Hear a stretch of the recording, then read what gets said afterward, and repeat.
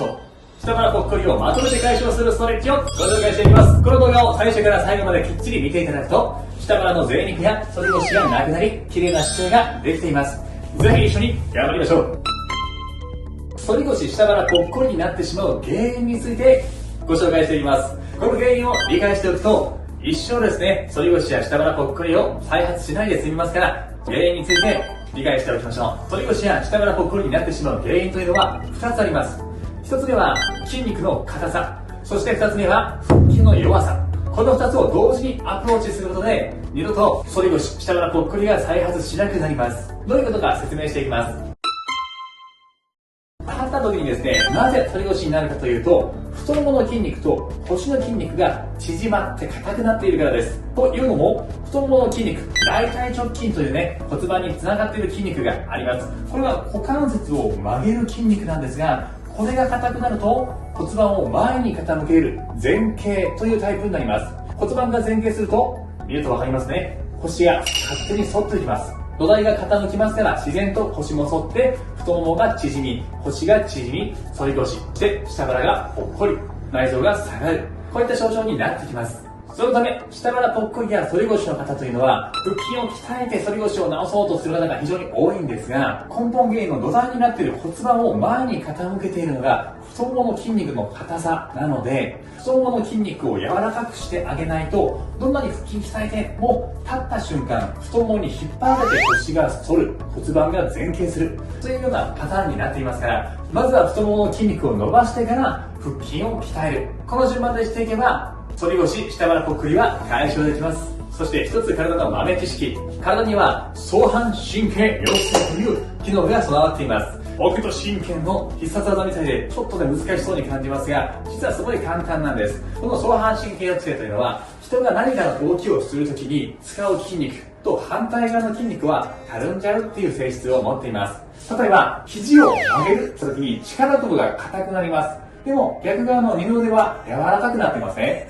これが腰でも同じことが起きています。反り腰タイプの方は腰を反らす背筋をすごく使ってますが、体を丸める腹筋が使えなくなっています。つまり相反神経抑制、腰の筋肉が強くなる、その代わりお腹の筋肉が弱くなってたるむ、こういったパターンになっていますから、しっかりと反り腰を直せば自然と下腹も細くなります。反り腰チェックをしていきます。足を伸ばして寝転んだ時に腰の隙間が手のひら1枚分以上ある方、1枚半とか2枚入っちゃう方は反り腰さんです。ちなみに膝を曲げている時はあんまり腰の隙間はないのに、足を伸ばして腰の隙間が広くなる方は太ももの筋肉カチカチの骨盤前傾タイプです。必ず太もものストレッチをしてから腹筋の強化をしてください。反り腰を直すための太もものストレッチと腹筋ですね、今からしていきます。特に反り腰タイプの方は大腿直筋、太ももの前が硬くなって伸ばすときに腰が反りやすくなっていますから、必ずお腹を引っ込めて腰が反らないように気をつけながら行ってください。それではストレッチからいきます。ではうつ伏せで寝転んで膝を曲げていきましょう。はい、この時に太ももの前が伸びる感覚があればバッチリです。太もものこの前の筋肉、ここが伸びる感覚がありますか？で、この時ですね、できたらおへそを引っ込めて、へその下にスペースを作れると、ももの前がさらに強く伸びていきます。うつ伏せが辛かったらね、横向きになって伸ばしてもらってもいいですし、立ったままでもいいです。ただ、お腹を引っ込めてあげましょう。腰が反ってくると全然ももの前が伸びないので、必ずお腹を引っ込める。そして膝は後ろに引く。太ももの前が一番強く伸びるところでキープをします。目いっぱい息を吸って、ゆっくり吐く。はい、いいです。入れ替えましょう。今度は反対側です。足を掴んで、うつ伏せ、しっかりももの前を伸ばしてください。はい、引っ張った時にももの前の筋肉に引っ張られて腰が反りやすいですからね、必ずお腹を引っ込めて、できたらへその下に手のひらが入るぐらいのスペースを作りたいですね。下腹とお尻にくっと力が入ったら正解です。イメージは自分の骨盤の恥骨をギュッと地面に押し付けるような感じ、もしくはへそを浮かせる、そんな感覚で骨盤をまっすぐに保ちます。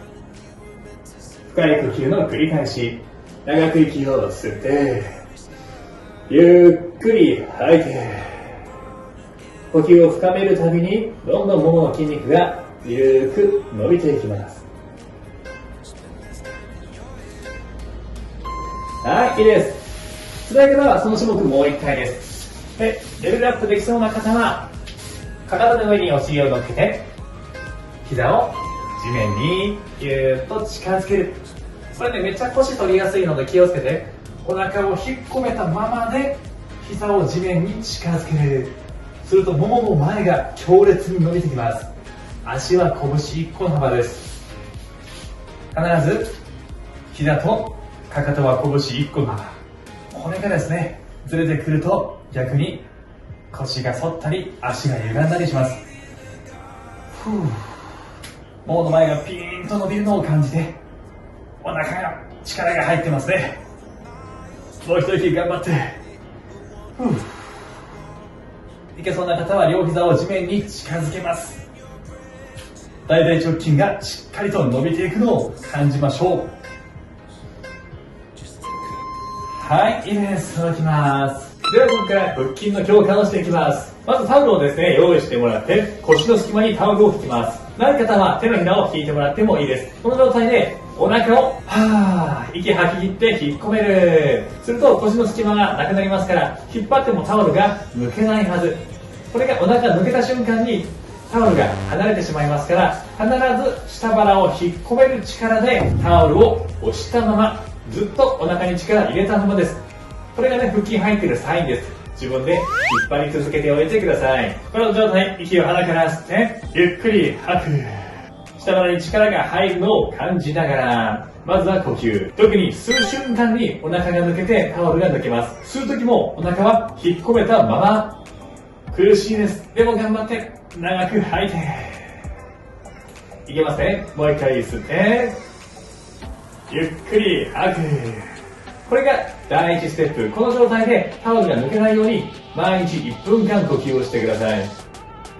ここはいける方は、今度は手を頭の後ろ、吸った息を吐きながらへそを見に行く。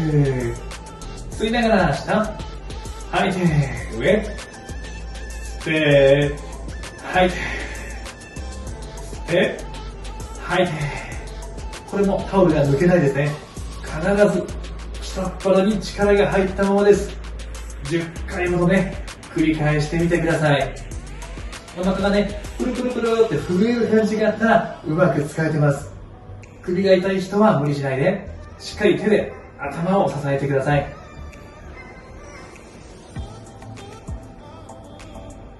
はい、いいです。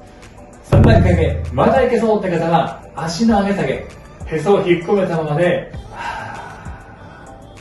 吸って吐く。これで、足を上げた瞬間にタオルが抜けてしまう、腰が反ってしまう方はだいぶ腹筋が弱くなってます。下腹ぽっこりのサインです。足を上げてもタオルが抜けないぐらい下っ腹を思いっきり引っ込めておいてください。息を吸って吐く、吸って吐く。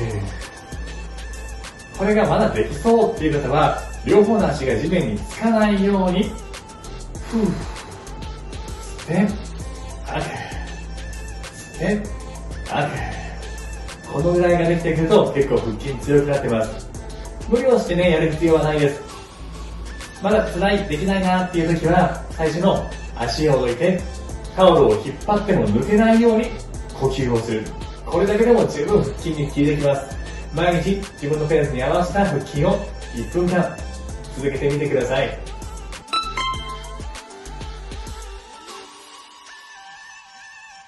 最後まで動画をご覧いただきありがとうございます。ぜひこの動画がいいなと思った方は高評価ボタンとチャンネル登録もよろしくお願いします。次回の動画でお会いしましょう。じゃあね。